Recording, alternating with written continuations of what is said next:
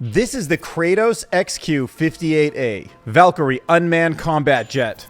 And this is Hyundai's latest invention, a fully autonomous electric excavator powered by AI. And this is the result of a new artificial intelligence algorithm that finds organic designs that are even stronger than steel. If Adderall were a conversation, it would probably sound a lot like Dwarkesh and Leopold talking about AGI. AI found 27,000 new asteroids in an old photograph taken from a telescope. Live human brain activity has been recorded through a transparent skull implant. Colin Fraser explains why OpenAI is now balancing the unbalanceable. AI is starting to give us hints into what our health status is just from the way that we talk. Los Angeles has used artificial intelligence to try to predict homelessness. You can now mint synthetic organisms as an NFT. And I came across an interesting opinion that the feeling of being uncanny is actually just the same feeling as when you lose control. But first, let's check out Alan's conservative countdown to AGI, and we are still at 74%. Look, we have 26% more to just relax, chill out, before the inevitable. All right, so check out this bad boy. It's like kind of missile and an airplane and super artificial intelligenced out. Like, who knows what kind of GPUs are sitting inside that Kratos. 58A. So a manned jet like the F-22 or the F-35 is flying along, and these things are like flanking it, surrounding it, protecting it, ready to be almost like thoughtful attack missiles or something. So from the cockpit, the pilot can actually take over, like manually controlling it like a remote control, or it can just do its autonomous self-guided thing. But imagine 6 of these things flying alongside a jet fighter, how much more maneuverable they could be as a swarm, as a cluster, if somebody's like, dogfights, like chasing them or whatever, like in the Top Gun movie. But now all of these, now it's like 6 or 7 versus 1, and the other ones are autonomously swarming, going in different directions. So whether or not the person who's behind him in a dogfight corrects in any given way, maybe they could intercept a missile, who knows what. But if you're looking for something a little bit bigger, meet the future of construction. This is the Cybertruck's big brother. So it's got tank-style wheels, but probably most impressive is this is fully electric. So I bet it's got that crazy kick, that horsepower that like the Cybertruck or even the electric semi-trucks have. This beast is 15 feet tall. And there's no traditional cab. Like, there's no place for a human to sit in it because it's fully autonomous. Seriously. Yeah, so where's the cockpit? Well, if you want a human to be in control, they could use something like this from their comfy office chair.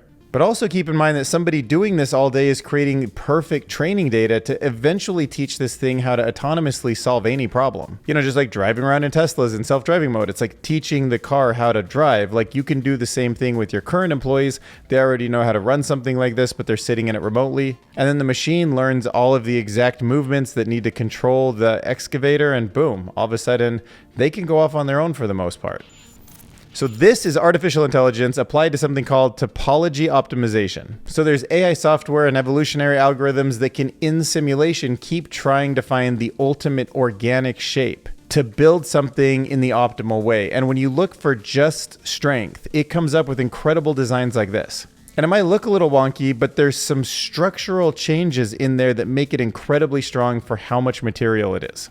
And it makes you wonder, if you're trying to like minimize the material in a building, but you want to optimize or maximize the strength, what kind of different shapes something like this might come up with in the future. Like, it got me thinking, cities don't need to just look so blocky and just so square. And I know everything's like glass right now, but I got a feeling with AI being the engineer of the future, we're going to find all these new organic designs. And look, you could paint a dinosaur on it, sell it for kids. Absolute strongest shape ever? Probably not. Because as this commenter points out, technically even variational approaches, there's no guarantee that you'll reach a global minimum, only a local one. So if you imagine the lowest point on this graph as being the best shape possible, what he's showing you could be one of these 3 up here, the local optimum. There's no guarantee that it's going to find the global optimum. Now here is my vote for podcast of the year. I love the giga nerd energy these two have. Yeah, me too. It's not complicated like about flipping a burger. It's just AI research. Well, no, but I mean, this is Dwarkesh always has some really great AI interviews, but this one for some reason like totally caught me off guard, and I was so interested in it for the full 4 hours. that at some point several years ago, OpenAI leadership had sort of laid out a plan to fund and sell AGI by starting a bidding war between the governments of the United States, China, and Russia. And so it's kind of surprising to me that they're willing to sell AGI to the Chinese and Russian governments. But also there's something that sort of feels a bit eerily familiar about kind of starting this bidding war and then kind of like playing them off each other. And if you don't do this, China will do it. A couple of the big highlights were just the thinking of AGI and the race to get there in terms of geopolitics. Like at one point, Sam Bankman-Fried from the whole FTX scandal had given him and 4 other people $1 billion to divvy up. He was fired from OpenAI for leaking information, but he really ruffled feathers when he talked about the security vulnerabilities. Nobody addressed them, so he said he took that information to the board, who then went down on Sam and all of those guys. There's a ton of talk about safety and security, and it gave me an understanding of just how weak some of the security is at some of these tech companies. And that goes both ways. So the world is going to be neck and neck as everybody's racing towards AGI, because once you steal the weights from another country or another model, like you can use the model, right? And if somebody from another country can go to somebody who knows something extremely important at Microsoft and give them $100 million to come give them the secret, it is worth it because they can keep using it in the next training run and the next training run. They keep reiterating on the benefits. That could have been part of the reason why that whole thing with Sam happened. I mean, he doesn't go that far, but it's like he went to the board and like the board clearly had all these like problems with Sam. I mean, they talk about existential risk. They talk about how training runs are probably going to get exponentially more expensive, and that starts to quickly become trillion-dollar models. Once you're doing more kind of long horizon training, too simplified example, but to kind of illustrate, you're training an AI to make money. And, if you're just doing that with reinforcement learning, it might learn to commit fraud or lie or deceive or seek power simply because those are successful strategies in the real world, right? So maybe, RL is basically, it explores, maybe it figures out like, oh, it tries to like hack and then it gets some money and that made more money, and then if that's successful, if that gets reward, that's just reinforced. Like he touches on how if one country is like really close to AGI and the other is just a few months behind, it might be like advantageous to just bomb those server centers and you can kind of keep track of where they are based on power and electricity. And then he's like, enjoy the chill times now because like things are about to get crazy in the future, like really, really crazy in a way nobody understands. And then it's like peppered with this like awkward laughter that also kind of kept me engaged and happened so quick. It's like watching it in 2x speed. It was such an interesting podcast. But the point is AI is going to get crazy smart, crazy fast. And eventually, even if you don't think his timelines are right, we're talking about $1 trillion training clusters. And we're talking about serious improvements in algorithms. And it's going to matter a lot which countries, companies, and people are in charge of this. And if you don't want to watch the podcast, he has laid out all of his thoughts on situationalawareness.ai. And here you can read in a series of blogs, everything from super alignment to some of the geopolitical challenges. And here's all the thoughts condensed to 165 pages. It's like basically a book. But if you're less into geopolitics and more into space, AI has found a whole bunch of new asteroids. In fact, 27,000 just in this one old photograph. And if you're thinking like, who cares about 27,000 asteroids in a photograph that was taken from Earth? Well, the key to protecting Earth from being hit by an asteroid is knowing where all of these asteroids are. Gotcha. Could save Earth. So for some context, we can't actually like look up at the sky and just like take a photograph of everything. It's too big. So scientists like to get these big telescopes, sometimes above our atmosphere out like Hubble, and just focus in on one spot in the sky and take multiple photos over and over again with long exposures. Then through like painstaking manual work, asteroids are spotted as specks of light that move noticeably and then they're flagged and verified, which is why the executive director says this is really a job for AI.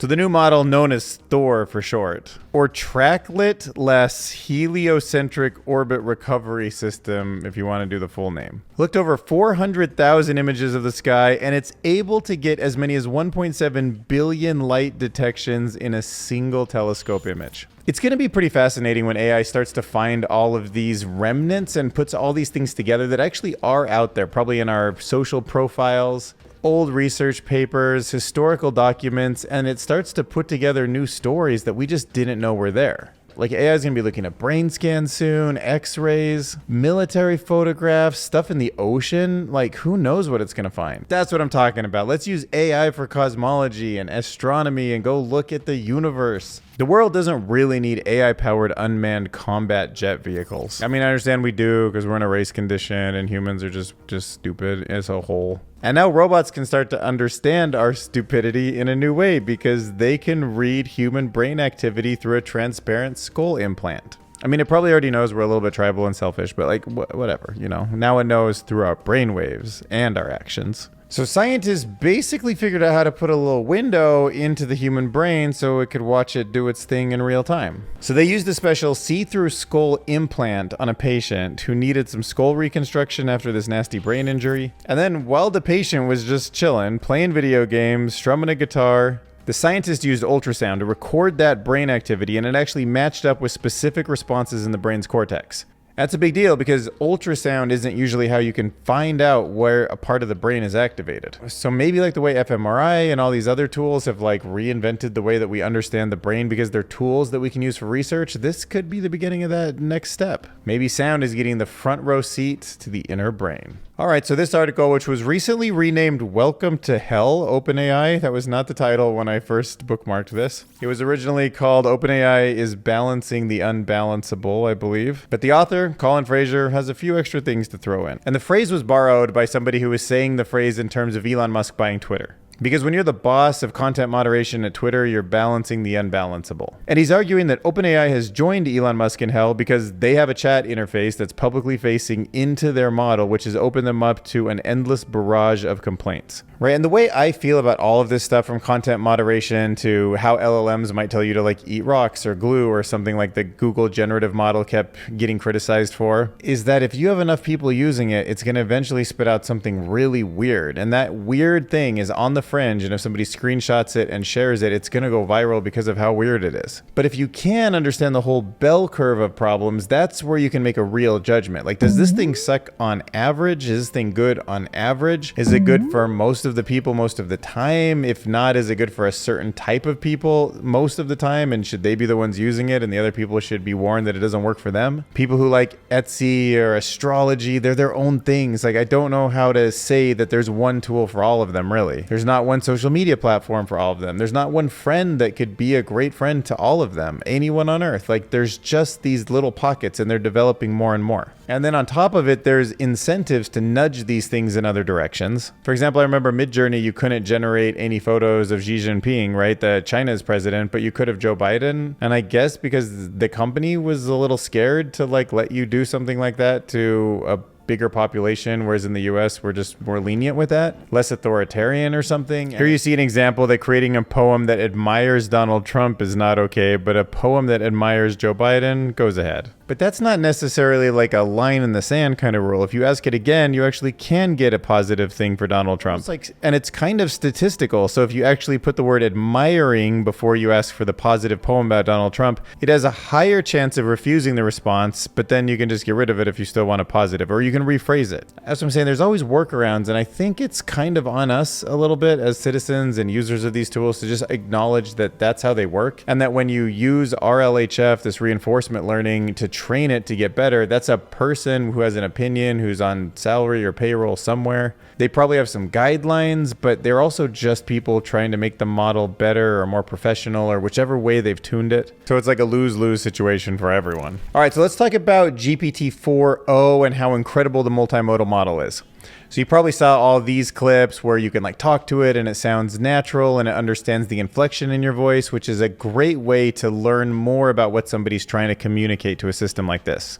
And it turns out that not only can you just communicate what you're feeling or what you're trying to express, you might actually be communicating something subconscious about how healthy you are. So some researchers were like, could we take this technology and develop a model that actually can find whooping cough? That would make sense, right? If somebody's just coughing all the time when they're talking into it, you might want to be like, hey, you're probably sick. Could it detect the vid? You know, like if your face is kind of sounding a little bit weird, stuffed up, you're kind of like, whoa, that sort of sound. What about Alzheimer's? Do you think there's a sound that can be picked up on that? Because it seems like it's very subtle, but there is maybe a slowing down of your brain, a sort of a pausing as you think longer than usual. And this technology could easily lead to early detection warnings built into future versions of like ChatGPT or the new Siri update that Apple released. And depending on how accurate it gets, might be pretty nice. Maybe it can detect if people are sick before they even know. Maybe people in low income areas that can't ever go to hospitals can actually have some warning. I actually think there's something really cool there. And of course, if it can do it with your voice, it could probably do it with all sorts of stuff. It can look at the redness in your face, probably something with the pulse or the way oxygen's moving around in your body. There's got to be signs that your immune system and even your social circles are giving that mean that you're in a good mood, a bad mood, like anxious, whatever it is. And AI is on the verge of reading all of that stuff. And now after this new Apple update, also taking actions, potentially even taking actions on your phone. Gosh, it might even like automatically email your parents or doctor. Maybe it could if you want it to. And if you don't want it to, shouldn't be emailing anybody. All right, so Los Angeles is using AI in a pilot program to try to predict homelessness and allocate aid. So in Los Angeles, there is a homeless prevention program, and it's using predictive AI to identify individuals and family that are at risk of becoming homeless. So the city can offer them some money or a home or something before they get homeless. So as an example, it identified a woman named Courtney Peterson. She said that she grew immediately concerned after she was laid off. So they have data about who just lost their job. And then they also had data that she had a son and an infant, that they lived in a travel trailer. She started asking for help in places like churches. But instead of getting an eviction notice, she received a letter from the Homeless Prevention Unit. And the AI predictive system identified her and her family as one of being of risk of becoming homeless, so it offered aid to help them get stabilized and remained housed. I mean, if they're going to spend $24 billion on homelessness from 2018 to 2023, they might as well build some models like this. That's the kind of money that if invested right and the model knows actually where the dollars should be and exactly who to help at the right time, might actually make much more efficiency in the system, meaning those dollars go way further. And if you're curious, some of the data that was integrated into the system, which should be de-identified for privacy reasons, they say, included emergency room visits, behavioral health care, large public benefits programs like food stamps, other homeless services, and even pulled data from the criminal justice system.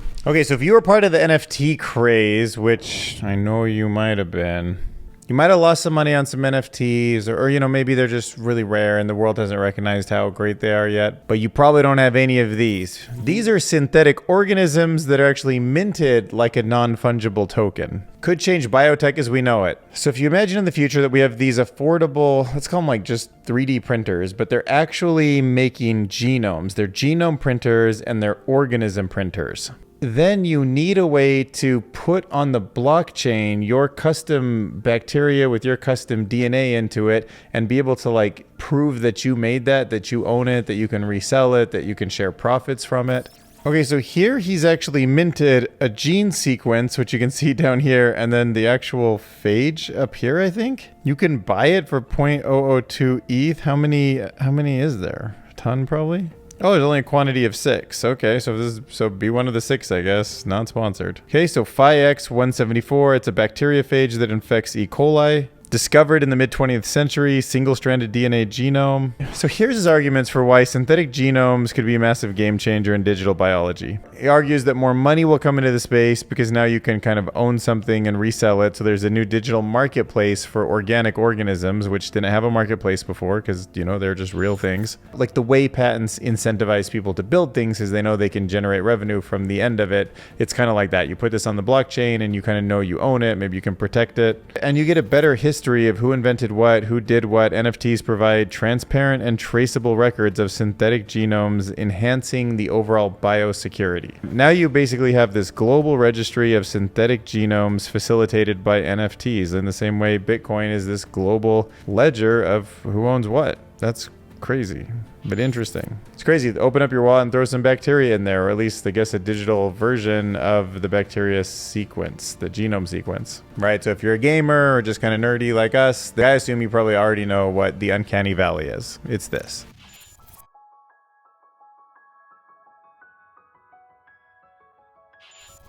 See, like there's something off. I mean, it looks real, but not super real, you know? Okay, so the Uncanny Valley happens with robots or CGI, and it's when a near-human simulation just seems a little bit off. But if you think about it, there is a difference if there's like a virtual skateboard, an object, like a mug, something like that, versus like a face. And that's because we're humans and we have evolved to experience like a behavior and an appearance on a face for social reasons. And the author is arguing that we're feeling this lack of control, like a loss of control, when we don't see that in another human face. It's very unsettling. Remember in the movie Ex Machina where it's like the scene happens, but like the face of the robot doesn't fit the action, and it's like that just gives it that extra weirdness. So here he's talking about how you can be like human or not human, which is like one scale. But then there's also how uncanny and how not uncanny, but they're not really the same. Worf, for example, is clearly feels human to me, even though I know he's a Klingon because of the way his forehead has that mark on it. Thanos, for me, doesn't necessarily feel like a person in makeup, but he has very human characteristics in his eyebrows, nose, and mouth, just that kind of fairly unhuman wide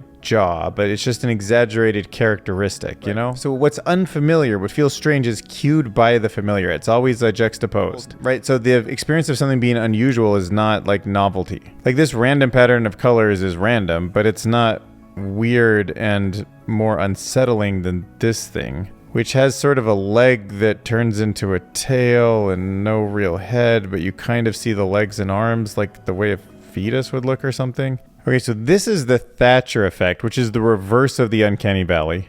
So most people won't notice that there is something very wrong with the upside down image. Even though you should. If you flip this around, it's definitely weird looking, but it doesn't feel that way upside down for some reason. Now, there's a difference too with an uncanny drawing because you can dismiss it as drawing. It's not a real physical threat. So what's uncanny is when something kind of looks like it might be a real physical threat. Like your brain is like, whoa, that's a real thing that can impact my life. For example, these uncanny drawings, although weird and strange, you can dismiss them very quickly, instinctively, instantly as drawings. They're not real physical threats. So the uncanny is like a sense of loss, a loss of control, a loss of understanding the situation.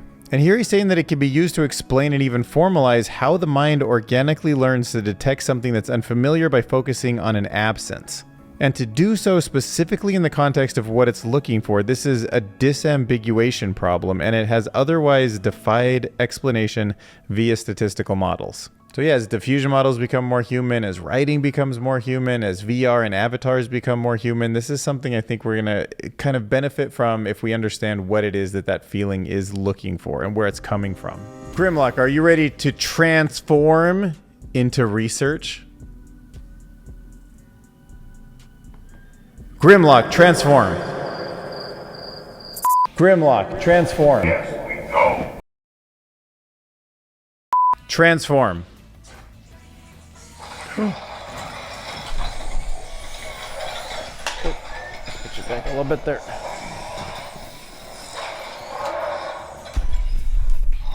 I am Dino Mighty. So let's start by talking about how teams of LLM agents can actually exploit zero-day vulnerabilities. So about a month ago, we covered some research that was creating LLMs to actually read the reports that come out of security companies and then quickly within the first 3 or 4 hours, synthesize them, explain to them what it is that the zero day was all about, and then help write code where a human had some oversight over that. And that was drastically increasing the speed that people needed to react to stay secure. But now even that small window is closing tighter and tighter. So this paper is explaining how using agents, multiple instances of AI models, all with their own kind of parts to play in exploiting the zero day, can do it even faster. So traditionally a single agent approach, like using something, you think about it kind of like a chat GPT that's trying its fastest to understand what the vulnerability is and write code to exploit it, got lost due to the complexity and the need for some long-term planning. So to try to tackle that aspect of what was slowing it down, these researchers introduced a hierarchical system, which they're calling the HPTSA.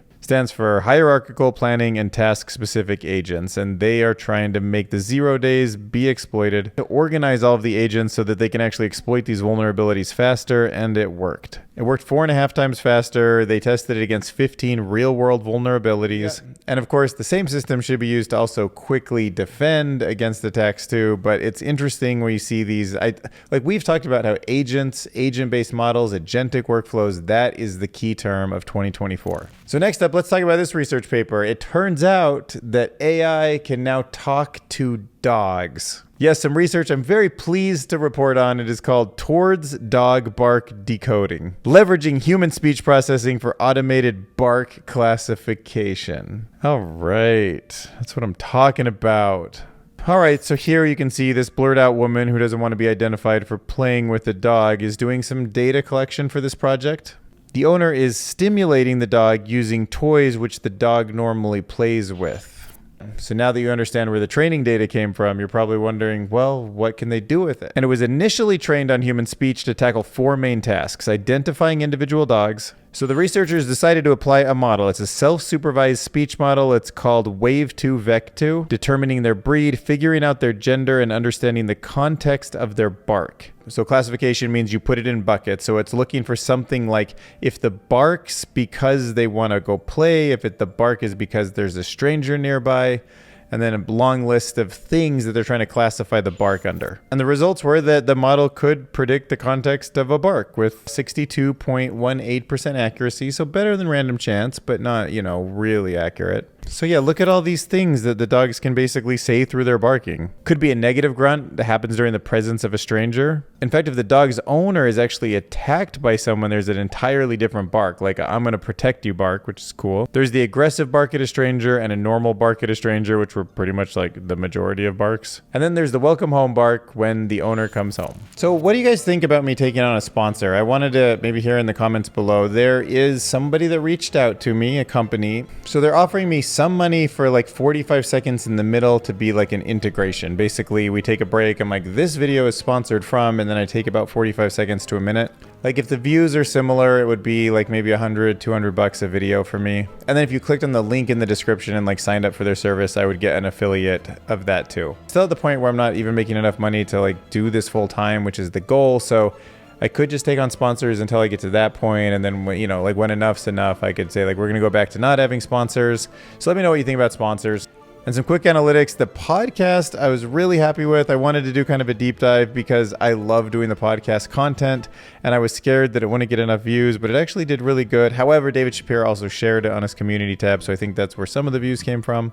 But overall, you've got to think it's an hour-long piece of content, so it's almost like twice the amount of views. It would be the equivalent of probably 14,000 views in terms of my ad revenue if it was a regular video, because it's twice as long. So that's why it made a record-breaking $65 for me. And I was like, that's cool, because if I can do an interview and make like $65, I'm like, I mean, I need to make more than that to make it make sense in the long run, but that's getting up there. Probably nobody noticed this except one person in the comments, but this is a second version of the thumbnail, and the Star Trek uniforms are less wrinkly. I got some criticism, like they don't have wrinkles on any of the Star Trek shirts, and the first version that was generated with AI did, so I was like, okay. So we brought it into Photoshop, like put a little square around the wrinkly parts of the shirt, cleaned them all up, and boom, all of a sudden, 7,000 views. In terms of the podcasting format, it doesn't look like much of the demographics have changed. So I guess it's just still, so I'm glad it's just my core audience that maybe seems to like it, which is good. I kind of didn't want it to be too different because that could mess up the whole channel flow. I'm trying to get an interview with Matt Wolf next, so I'm like, that'll be really cool. And thanks to everyone on the AI community for letting me talk about the big Apple event that happened. I feel like I got some exposure here, so let me know in the comments if you found out about me through this live stream and then came over. That would be really cool. I feel like this is a very targeted audience, the kind of people I want to talk to a lot, so hopefully you enjoyed my contributions to that channel. It's hard with all these great people around, but I did what I could. So I'll leave you with a picture of me as a Viking and 3 of our chapter markers turned into a country rock song. I discovered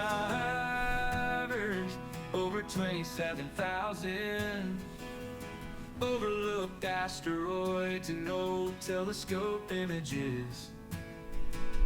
Human brain activity recorded through a transparent skull implant.